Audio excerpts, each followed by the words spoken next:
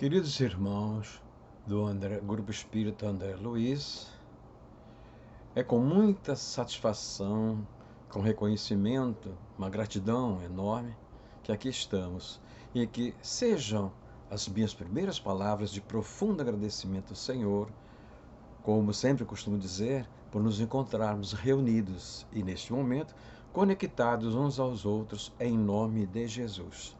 A expressão que ele sempre utilizou foi que onde houvesse duas ou mais pessoas reunidas no nome dele, ali ele estaria. E nós estamos reunidos, embora virtualmente, mas conectados pelo pensamento. Então, agradecendo essa proteção do nosso Mestre Jesus, nós iniciamos a nossa exposição. Iniciamos falando da palavra gratidão. Gratidão, em primeiro lugar, para o Grupo Espírita André Luiz, que nos honrou muito com esse convite. E aí demonstramos exatamente essa gratidão, lembrando que estamos, nessa oportunidade, encerrando o 74º aniversário de fundação do André Luiz. A todos que nos brindam com a sua valiosa atenção, seguindo-nos, também agradecemos. Também não podemos deixar de passar em branco nessa grande oportunidade, onde 74 anos é lembrança das etapas vencidas, alegres, das difíceis, mas todas elas realmente conquistas pela perseverança, pela dedicação, pelo amor demonstrado. Assim sendo, eu também demonstro a minha gratidão ao Grupo Espírita André Luiz, porque aqui se encontram também minhas raízes no movimento espírita, neste abençoado oásis. Foi esta a primeira casa, a primeira instituição de grande porte que, na minha juventude, me convidou para a tarefa expositiva. E foi assim que as portas se me abriram no movimento espírita. Vamos, em poucas palavras, tecer exatamente por que esse agradecimento, essa demonstração de gratidão. Vamos nos lembrar do nosso inesquecível, ou, melhor diríamos, lembrar do nosso inesquecível, seria redundância, mas fazer uma referência ao nosso inesquecível Emílio e a sua esposa Lígia, presidente do André Luiz, à época, bem como ao Divaldo, pois Emílio sugeriu o convite a Lígia, e Lígia perguntou ao Divaldo, que referendou a sugestão do Emílio. Então, se hoje estamos aqui, o ponto de partida foi exatamente em função dessa trindade: Lígia, Emílio, Lígia e Divaldo. A nossa pergunta seguinte é: o que é o GEAL, ou GEAL, ou Grupo Espírita André Luiz? Onde fica a segunda pergunta? Então nós vamos lembrar dessas conexões, da proposta da Casa Espírita, do Movimento Espírita, da doutrina espírita, o Consolador prometido por Jesus. E ao nos lembrarmos disso, vamos ver o que é que nos diz Mateus. Mateus, lá no capítulo 16, nos diz: Simão Pedro respondeu, quando Jesus perguntou: E vós, quem dizem que eu sou? Simão Pedro respondeu: Tu és o Cristo, Filho de Deus vivo. E eu te declaro: Tu és Pedro, e sobre esta pedra edificarei a minha igreja. A igreja do Cristo é edificada em cada alma que o aceitar e seguir. Jesus não construiu nenhum templo de alvenaria. Até ele usar uma expressão muito interessante: o Filho do Homem não tem onde repousar a sua cabeça, demonstrando que nada que fosse patrimônio ou construção temporária na face da terra era o objetivo do seu messianato. A construção que ele viera a fazer era exatamente para ser perene, eterna, e ele vem para conquistar exatamente o coração e a razão do Espírito encarnado. Assim sendo, ele transforma Pedro pela informação que deu, e ali Pedro demonstrou, porque ele respondeu a Pedro: Bem-aventurado és, Simão, porque não foi a carne que te revelou, mas foi meu Pai que está nos céus. Então, dentro dessa expressão de Jesus, nós observamos que ele cuidou de transformar a alma humana em pedras angulares da sua igreja, da igreja cristã. Também outro aspecto, ele não deixou nada escrito. Não deixou? Deixou. Mas não foi no papiro, não foi na pedra. Ele procurou deixar inscrito na consciência de cada um dos seus discípulos. Então, é um patrimônio intransferível, inalienável, ninguém consegue tirar isso da pessoa na medida que ela tenha entendido e assimilado esses ensinamentos. A outra pergunta, onde fica? Então, fica onde a pedra estiver. Nós, então, não podemos confundir exatamente a instituição, ou o grupo, as pessoas que integram a comunidade, com a sede. A sede, não temos a menor dúvida, é esse prédio de alvenaria que nos protege das intempéries. Mas quando nós encerrarmos as reuniões, as atividades dentro da sede, a sede ficará vazia. Então, quando alguém nos perguntar onde fica o Grupo Espírita André Luiz, já fica na rua Jiquibá.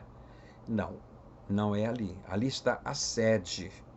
Porém, nesse momento que não há atividades, o Grupo Espírita André Luiz, essa comunidade, está integrada na sociedade, nas suas múltiplas atividades, seja no lar, seja no ambiente de trabalho, seja na sociedade. Então, onde estiver uma alma, um espírito encarnado, integrado no André Luiz, onde estiver, ele estará sendo uma das pedras que constituem a casa.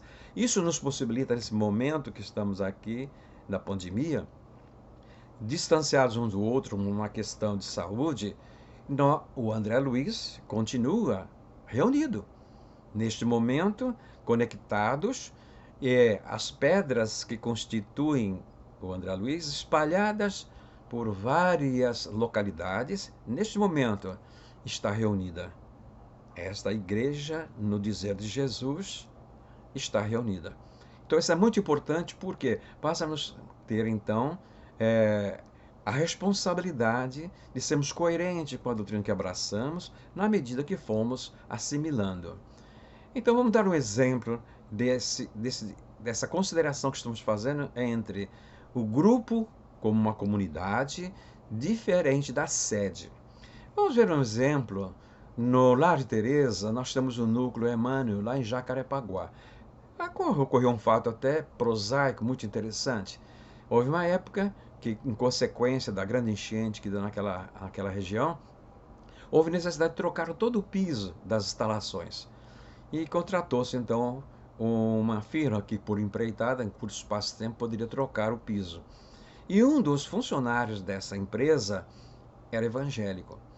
E como havia um espaço que nós utilizávamos para não interromper as atividades, as reuniões, que eram ali a trabalhar à tarde, eles estavam trabalhando no tema setor, enquanto a reunião se desenvolvia no outro. Quando ia começar a reunião, um dos pedreiros que estavam ali, assentadores de piso, começou a ficar preocupado com a reunião que ia começar. E então, nesse momento, nós temos lá uma colaboradora que, tendo um ascendente evangélico, embora esteja integrado na casa, olhando para ele assim, não, pode ficar tranquilo, não vai ocorrer nada de escandaloso aqui. Observe e depois então você vai ver que a coisa é diferente do que você pensa. Ele, ressabiado pelas informações distorcidas que tivera do que é um centro espírita, ele trabalhava e olhava, e a reunião foi prosseguindo. E nesse olhar ele foi observando todo o desenrolar da reunião, uma reunião pública, com exposição, passe, etc. Ao término, o pessoal saiu com tranquilidade e tudo mais, e o rapaz sentado estava refletindo. E essa colaboradora chegou assim, e então, gostou? Falei, mas é impressionante, né? Deus está presente em todo lugar. Num lugar tão simples assim, porque eram casas de alvenaria muito singelas, de moradia característica daquela região, ali naquela região de Jacarepaguá. Então ele fica deslumbrado. Não há necessidade de templos suntuosos, de pedras, mármores e granito. Onde houver o amor, Deus está presente.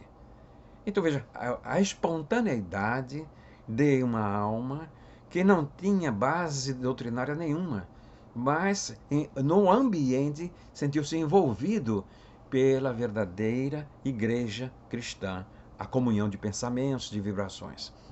Uma outra passagem interessante também para ilustrar isso ocorreu na inauguração da sede da Federação Espírita Brasileira, lá no Distrito Federal. Foi uma luta para a construção daquela sede que honra muito a comunidade espírita hoje. Muito bem, no dia da inauguração, na sessão solene, um dos médiuns da Federação Espírita Brasileira deu passividade e Ismael mandou uma mensagem que foi publicada no Reformador à época, que ele se congratulava com a alegria de todos que ali estavam, porque ele reconhecia o esforço de cada um, a dedicação, para que tal evento viesse a se consumar. A construção e agora a inauguração da sede da Federação Espírita Brasileira. Um auditório realmente digno de receber toda a comunidade lá no Distrito Federal. Porém, ele continuava dizendo que congratulava-se com a alegria de todos.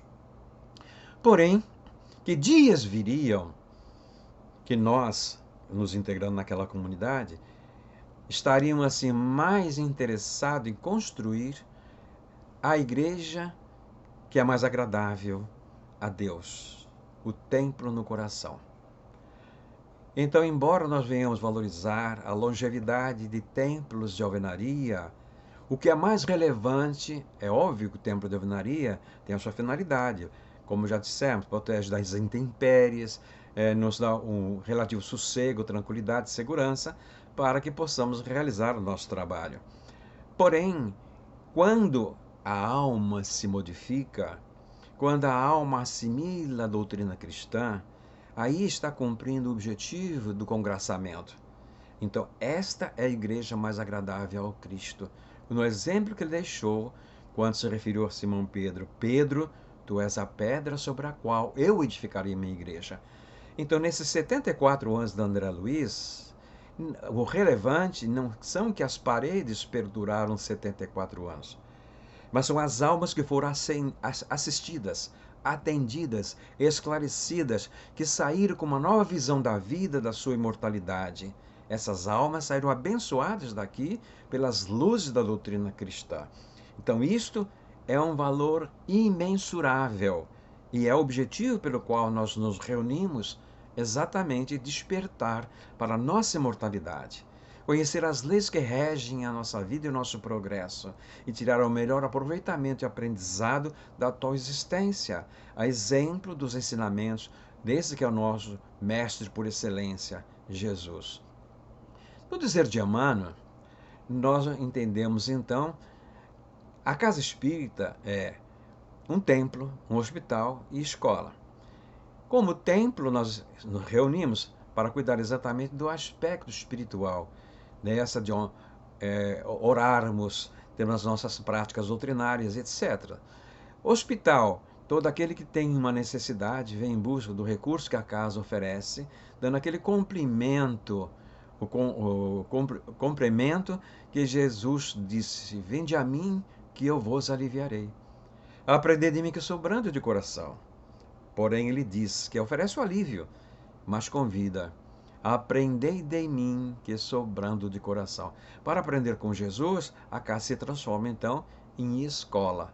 E como escola, vamos lembrar que Jesus, na despedida dos seus discípulos, fez uma, vamos dizer, promessa, mas uma expectativa deixou para eles.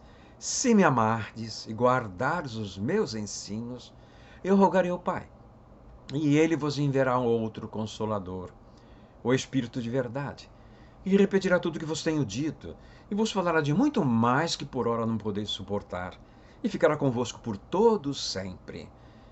Ele então fez esta promessa, e os discípulos deram testemunho de amor a Jesus, doaram-se em holocausto na efetivação da igreja cristã nascente, cada um transformando-se exatamente em pedras angulares, a exemplo de Simão Pedro.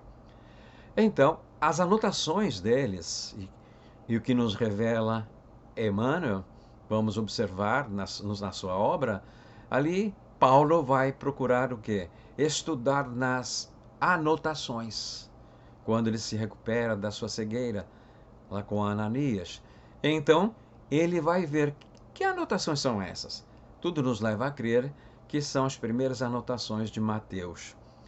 Então, essas anotações chegaram até nós. Temos aí fadado as nuances de traduções, mas temos o Novo Testamento, onde a essência do ensinamento cristão continua intacto pelo cuidado que Jesus teve em encapsular em forma de parábolas, em forma de alegorias. E na medida que o tempo passou, as alegorias permaneceram. E hoje, então, o Consolador veio na época prevista por Jesus. E época prevista quando? Quando ouvimos na sociedade as perguntas variadas. Por que tanta dor? Por que tanto sofrimento? Por que tanta agonia? Por que tanta miséria? Então essas perguntas proliferavam até 1857, 18 de abril. A partir desse dia, dessa data, veio ao lume o Livro dos Espíritos, a síntese filosófica da doutrina espírita, que vem exatamente com o objetivo de responder todos esses questionamentos.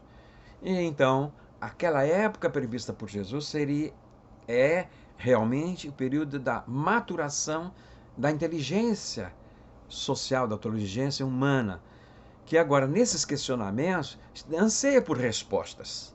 A sociedade está carente de respostas. E desde a data do lançamento desse livro, ele está respondendo a essas questões. Questões presas ao passado, presas ao presente, presas ao futuro, os laços familiares, perda de entes queridos. Tudo isto ele nos responde com objetividade e é o ensinamento de Jesus que vem nos consolar. E além de consolar, abrir os caminhos do progresso da evolução. Quando ele fala em termos de consolo, é exatamente que ele nos ensinou, Jesus, quem é Deus. Primeiro esclarecimento. Ele transforma aquela visão antropomórfica de Deus do Velho Testamento, um senhor velho, de barbas longas, a necessidade de fazer uma representação da divindade naquela época. Porém, a partir de Jesus, a cristandade recebeu uma nova concepção existencial de Deus, a realidade. Deus é nosso Pai. Ele usa essa figura de Pai, vejamos bem, não está limitado na personificação, na humanização, mas sim, didaticamente, nós temos a figura do Pai, que dá a possibilidade do filho desenvolver. E à época de Jesus, a figura do Pai era predominante no seio familiar, no grupo familiar. Então ele pega esse conhecimento, esse respeito, essa referência e amplia para a grandeza do Criador. Deus é nosso Pai de infinito amor, de infinita justiça, de infinita misericórdia. Porém, ele prossegue, então ele vem também nos ensinar que nós somos almas, e almas imortais. E o corpo é perecível. Então ele demonstra a existência, sobrevivência e imortalidade da alma. A existência ele conviveu com os discípulos. A sobrevivência, porque crucificaram-no. E nessa crucificação pensaram que teriam eliminado com Jesus. Porém, no terceiro dia, domingo de Páscoa, ele ressurge e convive com seus discípulos por um período de 50 dias. Ali está demonstrando o quê? A imortalidade da alma. Ali ele está dando realmente uma prova cabal, o quando ele dizia que o reino dele não se restringia aqui na terra. Então é bem amplo, porque a alma é imortal. O terceiro ponto que ele também nos ensina é a reencarnação. Na reencarnação, ele nos diz ali duas passagens que se destacam. Uma é a passagem de referência de Nicodemos. Vai procurá-lo e pergunta como nascer de novo. Passagem evangélica, tão bem conhecida, que não é o nosso objetivo hoje. Mas então ele esclarece. E no nascer de novo, ocorre até uma distorção, onde a doutrina da unicidade da existência coloca que nascer de novo é ser batizado. E a gente então nasce de novo doutrinariamente, e quase que espiritualmente, mas na mesma existência. Porém, segundo os ensinamentos de Jesus, o nascer de novo se restringe realmente, se caracteriza voltar à Terra em um novo corpo. Um corpo novo, gestado pelos processos biológicos naturais. Então ele se refere a isto a Nicodemos. O Espírito sopra onde quer.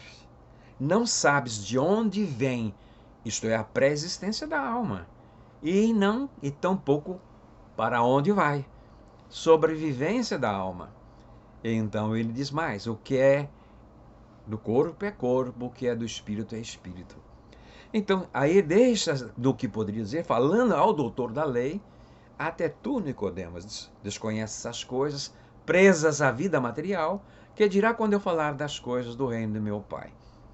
A segunda passagem sedimentando a reencarnação é a passagem de João Batista.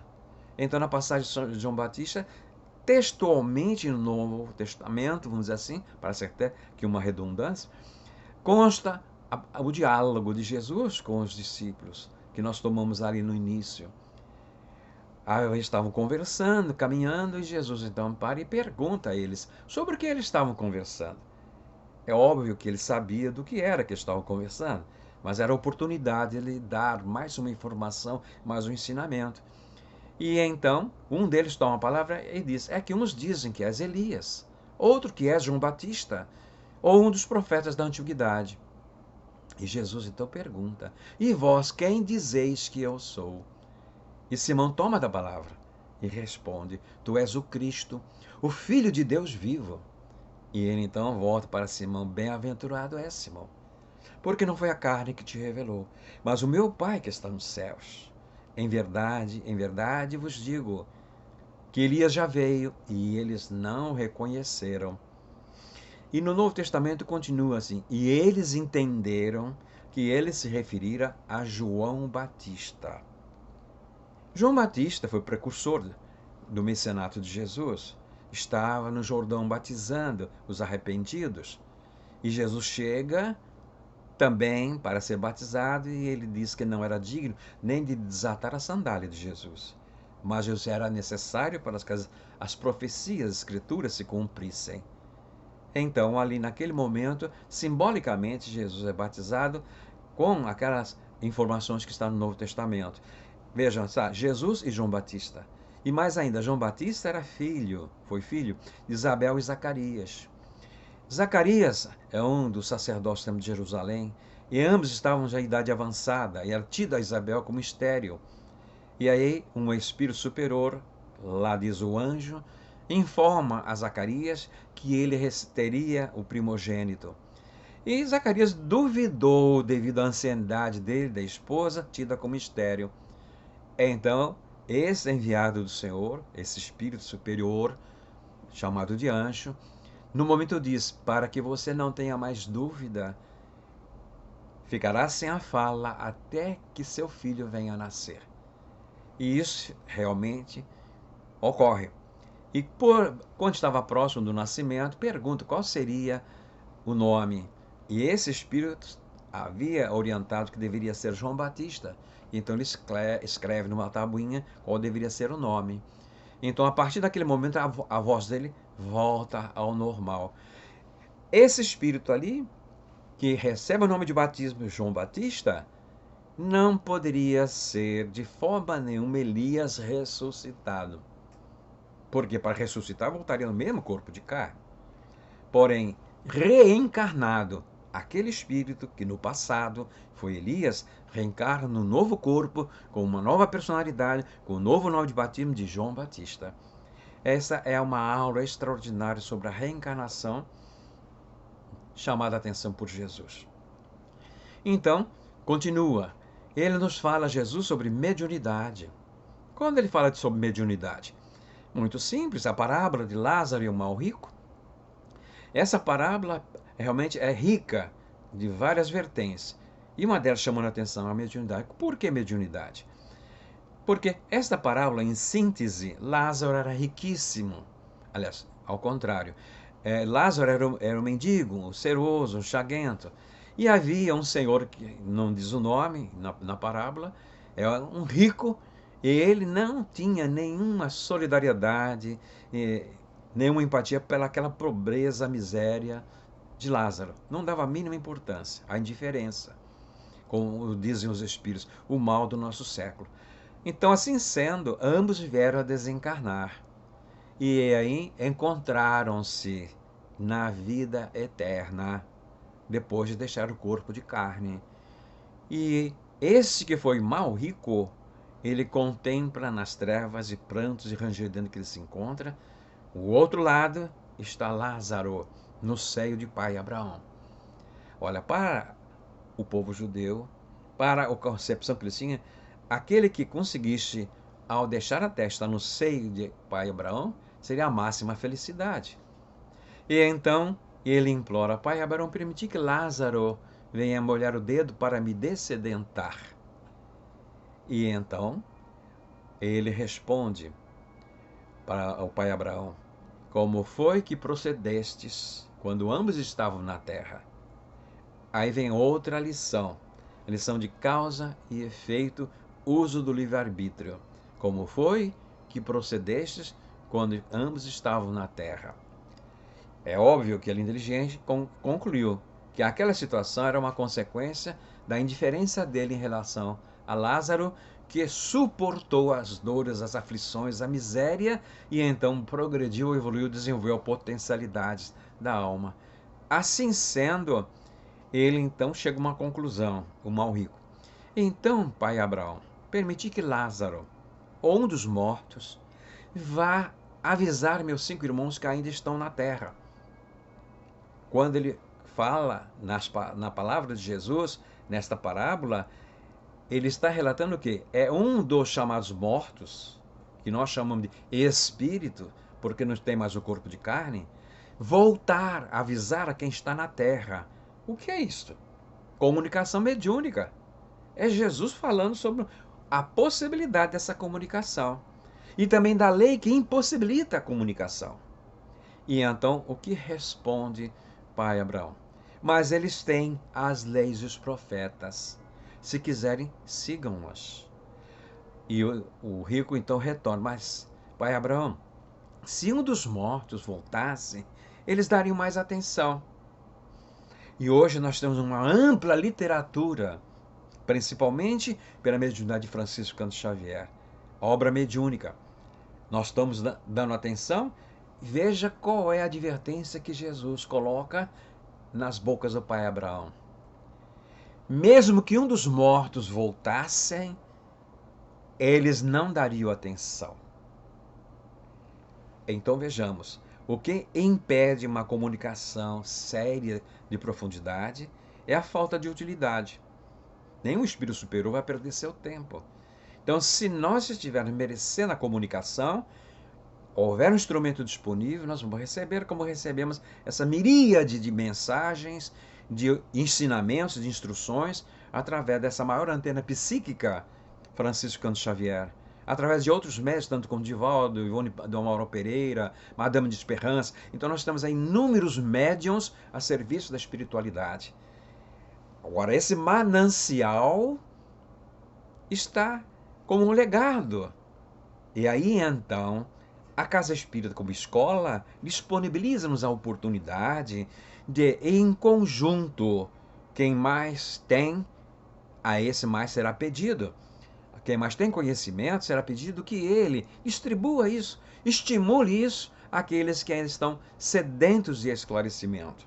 Esse intercâmbio começa, e começou, durante essas décadas todas, ou para dizer séculos, porque nós estamos no ano de 2020, foi em 1857 que a doutrina veio a lume, está aí disponível para iluminar a humanidade. Mas nada pode ser feito, deve ser feito aos trancos e barrancos, que os costumam dizer. A semeadura vai sendo feita, há tempo da semente germinar, há tempo da árvore crescer e dela produzir frutos. Mas o mundo espiritual não está inativo nisso. Está atento e dentro do projeto as coisas estão se cumprindo. Prosseguindo aí, Jesus fala das penas e recompensas futuras. penas e recompensas futuras, nós vamos ver aí que está embutido o uso do livre-arbítrio e, como se costuma dizer, a lei de causa e efeito.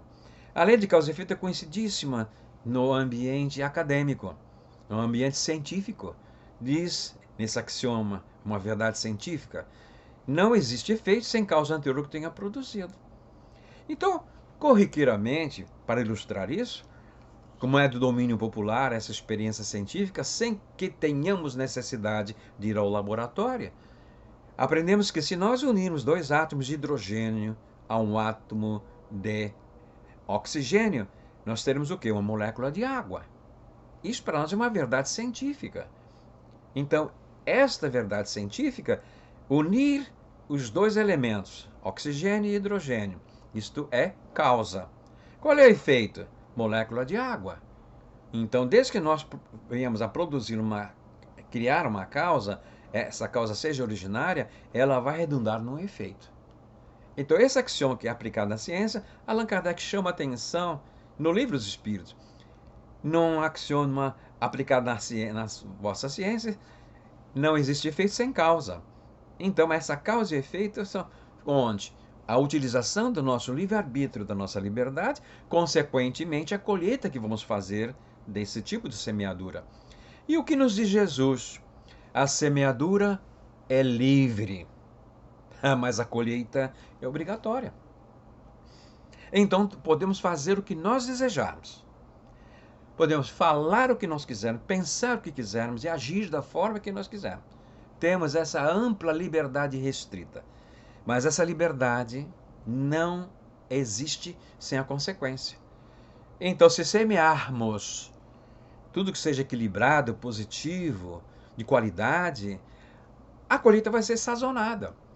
Mas se o nosso comportamento, a nossa atitude, quer através do pensamento, quer através da palavra, quer através da ação, não passa por esse viés do controle moral, da ética ensinada por Jesus, as consequências vão ser desastrosas para nós. Mas por quê? Não é Jesus que está nos castigando. Não é Deus que nos castiga. Nós é que nós castigamos.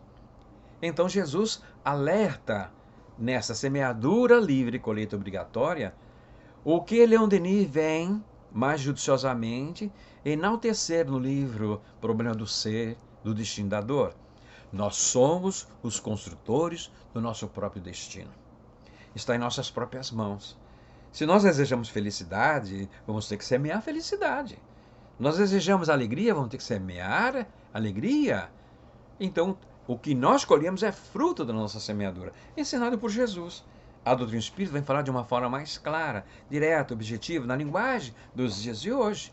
Mas Jesus nos ensinou. Então, a doutrina espírita, portanto, como consolador prometido, cumpre aí o que ele, Jesus, dissera: se me amardes e guardardes os meus ensinos, eu rogarei ao Pai, e ele vos enviará um outro consolador, o Espírito Verdade, que repetirá o que vos tenho dito, e vos falará de muito mais que por ora não podeis suportar, e ficará convosco para todo sempre. A doutrina espírita, então, vem com uma síntese filosófica espiritualista da evolução e do progresso da humanidade. As bases da doutrina espírita são as mesmas bases da filosofia espiritualista. É uma árvore só, que se ramifica. Aí temos as várias denominações espiritualistas, e nesses ramos, ali está também a doutrina espírita. E qual é a raiz da filosofia espiritualista? A existência de Deus, a existência, sobrevivência e imortalidade da alma, penas e recompensas futuras. Isto é a base da árvore da filosofia espiritualista. E a doutrina espírita também repousa nesta base, nessas raízes. Porém, o ramo desta árvore, a filosofia espiritualista, mas denominado como doutrina espírita, aprofunda mais. Nos tempos atuais, vem então para nós ampliar a concepção existencial de Deus. Deus é nosso Pai, continua sendo nosso Pai como Criador. Mas é a primeira pergunta do Livro dos Espíritos. E qual é a pergunta que Kardec abre o Livro dos Espíritos? Que é Deus? Não é quem é Deus. Que é Deus? Então, aí elimina a possibilidade de limitá-lo, de defini-lo, que está em aberto. E não apresenta uma definição. Porque se fosse uma definição, estaria limitando. A definição limita. É uma concepção existencial. O que isso quer dizer? A concepção existencial, nós hoje estamos entendendo dessa forma. Na medida que a gente vai evoluindo, vai progredindo, desenvolvendo a capacidade de raciocinar, de entender, tem maior discernimento, essa mesma concepção é como se fosse um cone. O verso está voltado para o presente e a parte da boca desse cone voltado para o infinito. Essa concepção vai se aprimorando, aperfeiçoando. E qual é a resposta? É a inteligência suprema e causa primeira de todas as coisas. Inteligência suprema. Não existe uma inteligência maior. Inteligência nós sabemos o que seja. E causa primeira, porque tudo que existe é obra deste Criador que nós chamamos Deus e que Jesus chama de nosso Pai. Também sobre a alma. A alma, Jesus demonstrou. Ele dissera: destruam este templo e em 3 dias eu edificarei outro. E entenderam que ele se referia ao templo de Jerusalém, mas se referia ao corpo de carne. Então destruam este templo e destruíram. Ele foi crucificado. Como diz na expressão material, morreu na cruz. Porém, em 3 dias eu edificarei outro. E em 3 dias ele edificou outro. Ele ressurgiu. Ele não ressuscitou, porque o corpo de carne realmente foi eliminado. Ele ressurge com um novo corpo. Esse novo corpo que ele surge, Paulo chama de o corpo espiritual. Está lá nos ensinamentos de Paulo. A doutrina espírita, Allan Kardec faz uma analogia. Assim como nós temos o corpo de carne, o espírito tem um envoltório. Esse envoltório, que é inseparável do espírito, que é o elemento intermediário entre o espírito e o corpo, ele denominou de perispírito, ou seja, em torno do espírito. Esse é o corpo espiritual de Paulo. Ele ressurge com este corpo, e com este corpo, ora adensando mais, ora tornando mais sutil, ele permaneceu ainda em torno de 50 dias, complementando as instruções com os seus discípulos. Esta grande realidade, a doutrina espírita, vem e hoje temos o respaldo também da ciência, porque é uma das propostas da doutrina espírita também tornar a aliança entre a ciência e a religião.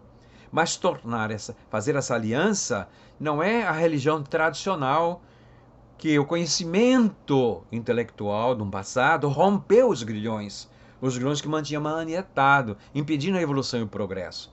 Mas rompendo com os dogmas, com essa liberdade do raciocínio, o progresso da inteligência, o progresso intelectual, vem ao encontro hoje a ciência desses ensinamentos fundamentais que o Espiritismo trouxe uma nova roupagem, mas que sempre esteve disponível para a humanidade toda como leis divinas. E isso, então, a ciência estuda e analisa o fenômeno chamado de EQM, experiência de quase morte. Então, na experiência de quase morte, o termo é exato, próprio. Por quê? É a experiência de quase. Quase não ocorreu a morte. Porque se ocorrer a morte, não há como o espírito retornar ao corpo que não tenha vida orgânica. E isso buscamos em Jesus também. Quando Jesus retorna para atender ao chamado das irmãs de Lázaro, ele já estava 4 dias sepultado, ou dentro do sepulcro. E então ela disse: mas se tivesse vindo antes, mestre, agora ele já está no sepulcro. Mas Jesus responde: Lázaro não morreu, Lázaro dorme. Ele manda rolar a pedra do sepulcro. Lázaro, desperta. Lázaro, vem. E Lázaro sai do sepulcro. Então Lázaro não havia morrido materialmente falando, biologicamente. Isso baseado nas próprias palavras de Jesus. Eu não vim destruir as leis, mas dar-lhes cumprimento. A lei biológica da morte É uma lei. Uma vez que não haja mais vitalidade no corpo, extinguiu toda a possibilidade de retornar à vida, à atividade, não tem como o espírito estar controlando e retornar realmente a essa existência. E então Jesus, respeitando isso, diz: Lázaro dorme. A passagem da filha de um outro judeu, também vamos ver Talita, o fenômeno da menina que estava tida como morte, a filha de Jairo. Então, tida como morta, ele vai atender a solicitação e chama: Talita, come, Talita, levante, desperta, e manda, dê um caldo que ela está precisando se alimentar. Vamos ver o filho da viúva de Naim, também é o mesmo fenômeno de AQM. Jesus desperta novamente esses exemplos. E na história da humanidade, quantos fenômenos ocorreram de pessoas que estavam no velório, aí todo mundo pranteando o ente querido, e era um período mais longo, normalmente na residência. De repente, aquele companheiro se levantava dentro do caixão, assustando todo mundo, porque não havia realmente desencarnado. O fenômeno morte do corpo físico não havia realmente ocorrido. Estava uma experiência que é morte. Retomou novamente o controle do corpo, despertou. Vem ao nosso encontro mais ainda outra contribuição da ciência: memória extracerebral. Memória extracerebral, já existem pesquisas anteriores, mas isso vem corroborar de um fenômeno fantástico. Esse fenômeno foi exatamente com o neurocirurgião Dr. Eben Alexander III, que depois lançou o livro Uma Prova do Céu. Nesse livro ele relata essa experiência de que ele contraiu a meningite bacteriana, e aí essa meningite deixou durante um período de latência em torno de 6 dias. E como era um neurocirurgião, o tratamento VIP nos Estados Unidos é inquestionável, e assistido pelos seus companheiros, neurocirurgiões também, e de outras áreas acadêmicas.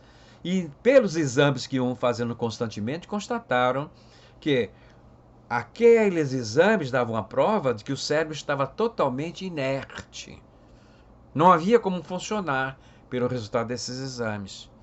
E então, se ele retornasse novamente à vida, ele possivelmente teria sequelas trágicas.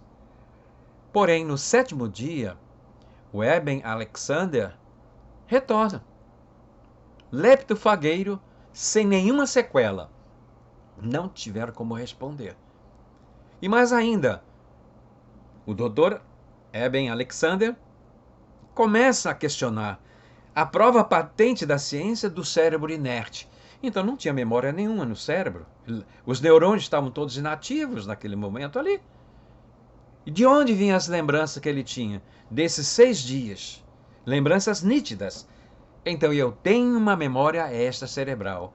Isso vem ao encontro da prova científica da imortalidade da alma. E aí ele lança o livro.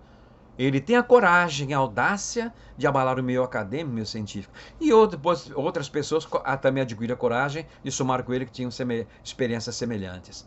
Mas vamos ver. Prêmio Nobel em 1905, William Crookes. William Crookes faz a investigação da médium Florence Cook na materialização do espírito Cat King. Essa experiência de William Crookes, quem desejar, está disponível na internet. Entra no site de busca e coloque lá dossiê William Crookes. Virá toda a história da experiência dele, inclusive com várias fotografias. A Florence Cook desafia o William Crookes para que ele viesse a examinar a sua mediunidade.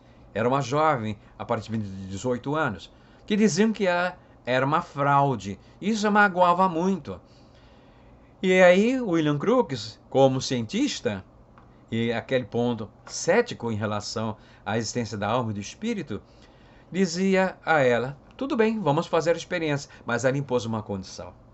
Se for fraude, o senhor vai contar isso para todo mundo, sem dúvida nenhuma.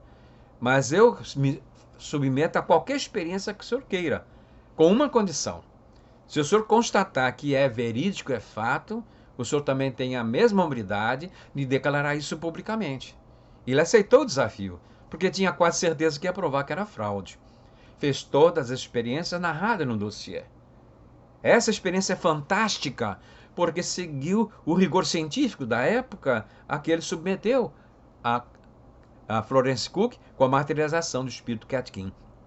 Pesou a médium Florence Cook antes do fenômeno, ela pesava X.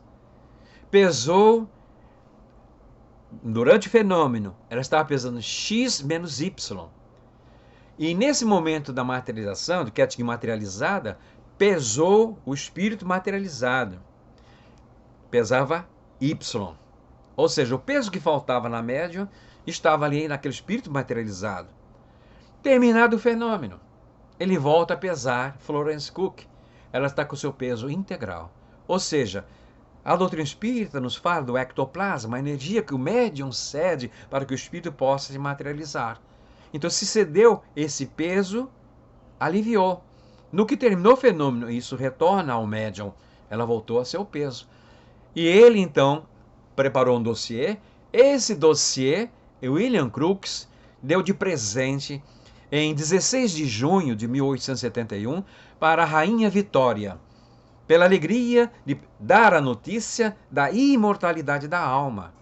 E vejamos, aí vem uma pleiade de experiências que a gente poderia ficar aqui por um tempo imenso, mas sinteticamente, não podemos deixar de mencionar um trabalho fantástico do Dr. Banerjee, no Oriente, um indiano. Ele foi o primeiro a fazer a pesquisa dessas experiências chamada memória extracerebral, a quem o Dr. Eben Alexander se referira. Ele pesquisou inúmeras crianças que, na primeira infância, relatam a sua existência anterior. Esse mesmo fenômeno foi pesquisado também pelo Dr. Ian Stevenson, psiquiatra de origem canadense, mas que desenvolveu todo o seu trabalho nos Estados Unidos. Ian Stevenson, depois de pesquisar mais de 1000 casos de memória extracerebral, lançou seu livro 20 casos sugestivos de reencarnação. Hoje, na nova edição, está Reencarnação, 20 casos sugestivos. Mas aqui no Brasil temos o nosso cientista, que já está no plano espiritual, Hernani Guimarães Andrade. Totalmente desconhecido para a maioria, mas ele, como cientista e como espírita, mantendo as duas coisas separadas, para que não considerasse que seu trabalho teria menos valor do que o de Banerjee ou de Ian Stevenson. Ele seguiu a mesma metodologia científica e pesquisou 8 casos de reencarnação no Brasil. Então, esses 3 livros, o do Banerjee, do Ian Stevenson, do Hernani Guimarães Andrade, são pesos preciosíssimos na comprovação científica, não só da imortalidade, mas do retorno da alma ao mundo material. E isto Jesus também nos disse. Nós somos livres para semear o que nós desejarmos. Quando ele fala da causa e do efeito, somos livres, porém a colheita é obrigatória. E ele conclui dizendo, e não saireis daqui enquanto não houveres acertado o último ceitil. Ora, como é que a gente não vai sair daqui? O corpo de carne tem uma vida limitada. Então, quer não queiramos, esse corpo vai morrer. Morreu, a gente saiu do corpo. Não tem como animar o corpo morto. Porém, no dizer de não sairemos daqui, como espíritos, como almas imortais, continuaremos aqui na Terra. Em espírito. E aí existe a literatura espírita dizendo como é essa vida espiritual. E essa vida espiritual, então, teremos a oportunidade do quê? De renascer, de reencarnar, continuamos aqui. Por quê? Porque ainda não acertamos o nosso último ceitil. Então, semeamos, vamos colher. Estamos aqui colhendo, fazendo nova semeadura. Essa é a bênção da misericórdia divina que lança o véu do esquecimento. Porque se nós lembrássemos o que fizemos no passado, hoje a gente não suporta as dores, as aflições quase da atual existência. Quantas pessoas reclamam que a vida é pesada, mas de tanto sofrimento, na desesperança, no pessimismo. Agora imaginemos se fosse lembrar o que está no passado que a gente ainda tem que corrigir. A misericórdia divina, bom, isto tem tempo. Vamos permitir que eles, ou nós, vivamos essa experiência com essa liberdade, sem o peso da lembrança do passado. E finalmente, Jesus nos fala, no último ponto da doutrina espírita, São 5 pontos. O quinto ponto, pluralidade dos mundos habitados. A doutrina espírita nos ensina: todos os mundos que giram no universo são habitados. É óbvio que o tipo de vida não é igual ao nosso. Cada mundo tem as suas características próprias. E o que nos diz Jesus? Há muitas moradas na casa de meu Pai. Se assim não fosse, eu já vos teria dito. Eu vou para o meu Pai preparar-vos o lugar. Quando estiver pronto, eu virei buscá-los para que estejais comigo. E hoje nós temos a cosmologia devassando o universo sideral em busca de vidas. Há que ver que tipo de vida estão procurando. Porque quando uma dessas sondas pesquisadoras estiver sondando os planetas do nosso sistema, e quando retornaram e ficaram em órbita aqui na Terra, eles mandaram a informação: nenhum desses planetas tem vida. Então concluíram que só a Terra é habitada. Porém, quando essa sonda ainda circulando em torno da Terra, na sua órbita, também eles aproveitam para escanear o deserto do Saara. E a sonda manda informação que não havia vida nenhuma neste planeta. Eles tiveram que reconsiderar. Que tipo de vida estão buscando? Os instrumentos têm a sensibilidade ou a propriedade para detectar outra forma de vida? Tiveram que reformular todas as pesquisas que estavam em andamento. Mas continuam pesquisando. Então, nesse momento atual, nós temos a proposta. Essa proposta precisa de respostas assim, convincentes sobre a nossa origem, de onde viemos, por que estamos aqui, para onde iremos, a razão da dor, do sofrimento, a perda dos entes queridos, que não é uma perda, é uma separação de corpos, mas continuamos vinculados pelo pensamento e pelos sentimentos, a justiça divina aliada à misericórdia. Tudo isso geram perguntas, questões que a doutrina espírita, no seu arcabouço, na medida do nosso interesse, do aprofundamento do estudo, vai debulhando, vai esclarecendo, e vem a nossa segurança, que se chama convicção doutrinária. Nesse momento de transição, é o momento de transformação. O maior ganho que nós temos com esse distanciamento. Houve uma revolução nas casas espíritas. A divulgação do espiritismo, depois de longa gestação na intimidade dos grupos espíritas, da sua sede, explode para o mundo. Antes, só os expositores e conferencistas que tinham grande embasamento se dispunham a viajar para divulgar a doutrina espírita. Agora, pelas diversas plataformas virtuais, proliferam lives, os grupos de estudos, palestras, seminários, tudo virtuais. Vive um verdadeiro boom. Precisamos então meditar que muitos que nunca imaginaram que estariam divulgando o espiritismo para o mundo inteiro, hoje está fazendo. Estamos vendo, nós estamos no André Luiz, falando virtualmente para todos. E assim o Lar Teresa escancarou suas portas e estamos sentindo o retorno da maior abrangência da forma que hoje temos para a divulgação da doutrina espírita. Não quer dizer que vamos abandonar a nossa sede. Retornaremos a ela. O convívio, esse convívio humano é fundamental, na medida que seja possível. Porém, essa conquista veio para ficar. Não há volta. Veio para ficar. Para completar esta fase de ampla difusão, temos que nos esforçarmos ao máximo e com o auxílio de domínio de outros idiomas. Isso seria o ideal. Por quê? Vamos prosseguir pelas mídias, contribuindo na difusão desta abençoada doutrina. Por enquanto, atendemos especificamente as pessoas nesse mundo de Deus que falam português. Então é outra abertura de trabalho na comunidade espírita, abrir com quem domine perfeitamente o inglês ou o espanhol, começar a abrir grupos de estudos, exposições, expondo a doutrina com a bagagem que nós possuímos como celeiro do espiritismo, a maior nação espírita do mundo, isso na possibilidade de outras culturas também se abeirar, porque agora a casa espírita é o universo. Cada vez que nós abrimos a boca, a responsabilidade é muito maior. Muito maior, porque é o maior número de almas que estão se beneficiando pela mensagem da doutrina espírita. Finalizando, segundo Emmanuel, diríamos, a maior caridade que possamos fazer com a doutrina espírita é a sua divulgação. Essa expressão de Emmanuel nós encontramos no livro Estude e Viva, lá no capítulo 40, Socorro Oportuno. Vamos repetir. A maior caridade que possamos fazer para com a doutrina espírita é a sua divulgação. Prossigamos então nesse afã de fazer a divulgação da melhor forma possível, com a riqueza do conteúdo e com o sentimento da vivência. Como saber se realmente amamos a Jesus? Finalizando as nossas palavras. Por quê? Jesus deixou uma referência para saber se nós o amamos realmente. É óbvio que cada um de nós temos a nossa forma pessoal de amar. E nessa forma de cada um tem de amar, é quase uma tendência a querer apequenar Jesus às nossas limitações. Porém, o convite de Jesus não é para que ele venha se acomodar à nossa pequenez, mas que nós venhamos a crescer, desenvolver a nossa potencialidade. E ele diz: tudo o que eu faço, vós também podeis fazer, e muito mais. Mas para isso, brilha a vossa luz.